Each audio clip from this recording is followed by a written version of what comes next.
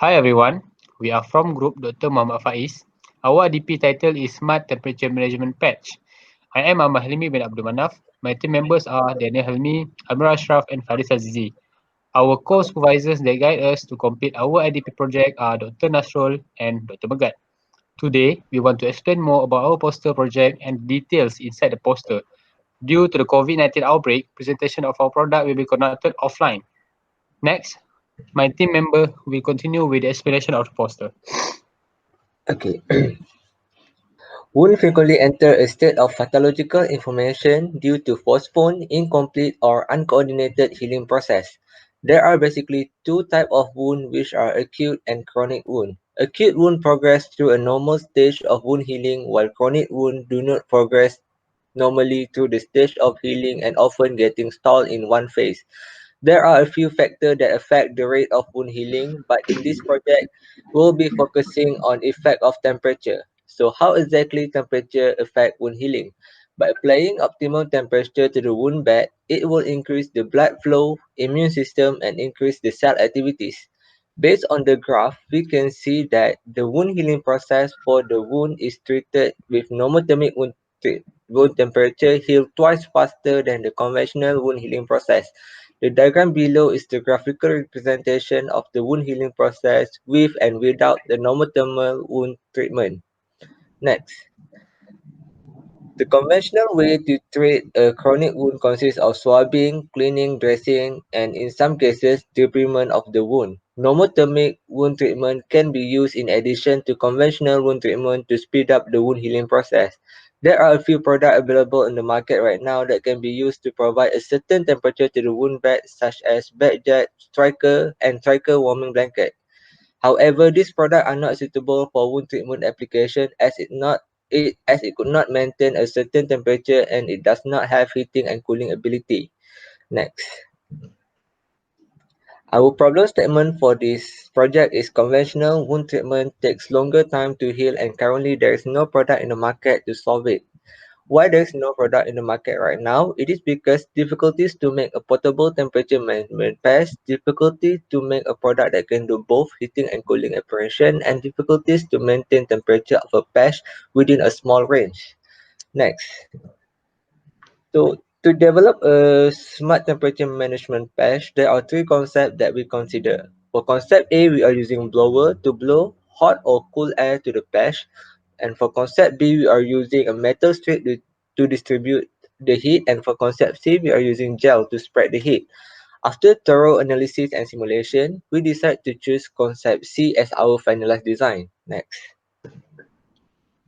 In order to develop a smart temperature measurement patch, there are a few objectives that we set up. The first, we need to simulate the thermal flow for the patch.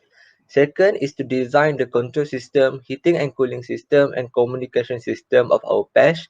And next, to design all those systems and finally analyze the device and its performance. Next. I will present about the methodology for this project. The first methodology will be about research and market survey. We make use of Google Form and interviews with those in age group of 20 to 40 years old and those who works or involved in medical field. We got 36 responses from this methodology. From the result, we generate the specification for the product. For the simulation methodology, we use COMSOL MULTIPHYSICS 4.3 for heat conduction of materials and material optimization. The physics used in COMSOL MULTIPHYSICS is heat flow in solid and heat flow in liquid. We use constant parameter and fine meshing for each cycle of simulation to get accurate result. The next methodology, we designed and constructed the heating and cooling system, the temperature control system, and communication for the device. Finally, for the product testing, we did prototype performance analysis using both simulator and the prototype itself. For project progress and result, we simulated the heat sink using different medium, which is solid and liquid. Eventually, we use liquid as our heat sink medium as its actual performance is much better than its simulation performance. This will be explained later in this presentation. As we also considered to use solid as the heat sink, we have done performance analysis for different types of solid metal. which is copper and aluminium, by using COMSOL multiphysics simulation. From the simulation, it seems like copper have better heat distribution traits than aluminium. I will continue with the simulation and result. But this simulation and result are for the finalized design of the patch. As you can see, this is our overall design of the patch. The peltier acts as our heating and cooling source. The gel will act as the heat sink to spread the heat evenly inside the PVC container. The nylon acts as a dressing layer between the human skin and the patch. For the simulation purpose, we will use epoxy resin to imitate human skin. The table shows the thermal conductivity of each material used for our patch.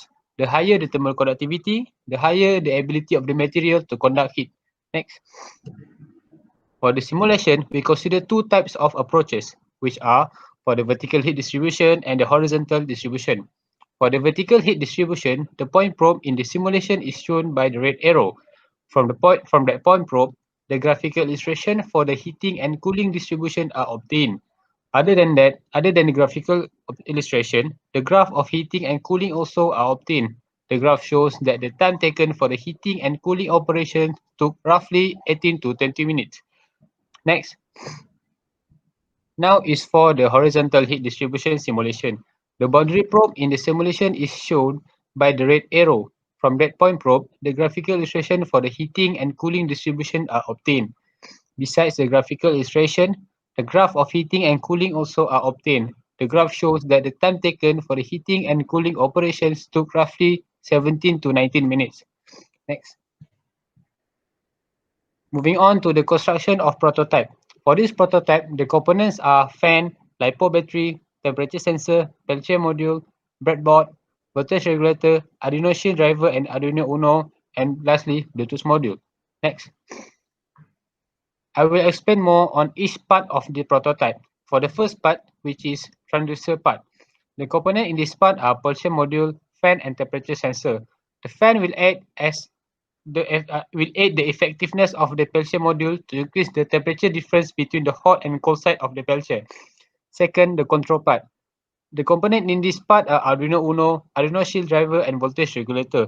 This flowchart shows the operation of control part to control the temperature at the desired temperature.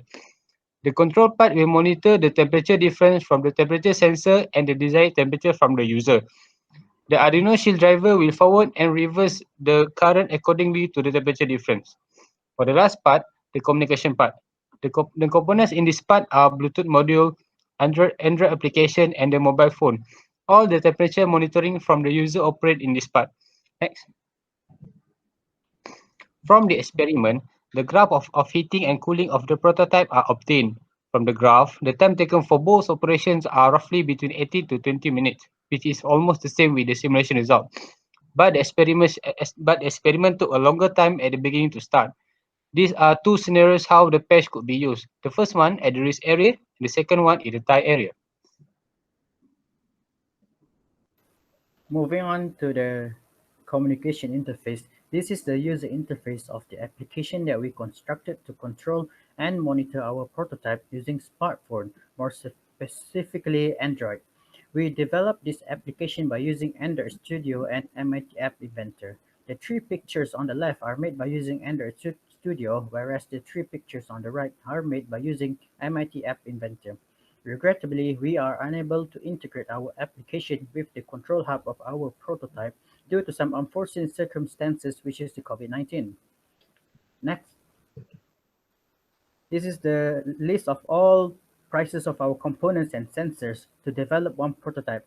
So the total cost is around 289 ringgit and 60 cents. Next. This is the performance analysis.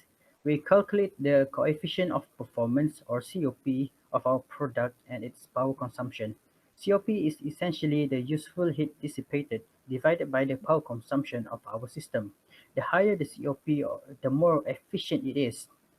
We calculate COP for both heating and cooling and obtain the value of 1.954 for heating and 0.424 for cooling. We can further improve the system by decreasing the change in temperature and isolate the hot and cold side. For power consumption, in 1 hour of usage, approximately 0.014432 kilowatt-hour is consumed. Hence, with the tariff being 21.80 cents per kilowatt-hour, we estimate the cost for 1 hour of usage is 0.31 cent. Next. For sustainability, we perform two analyses for sustainability. One is for environmental and the other one is for social. We use a sustainability approach for our product by incorporating it from the early designing stage to the manufacturing and all the way to the end of the life cycle. We assess the impact of production, the usage, and the final disposal of our product to the environment because our decision on what materials to use can leave a vastly different effect on environment and sustainability. However, we make sure that most of the components used are recyclable. Okay, next. In conclusion, after numerous simulations, analysis, and experiments, we determined that gel is the best design to fulfill our requirements because it is able to reach and maintain the required temperature, albeit at a little higher time. Unfortunately, the result of the experiments are slightly different to the simulation due to some issues with the power supply.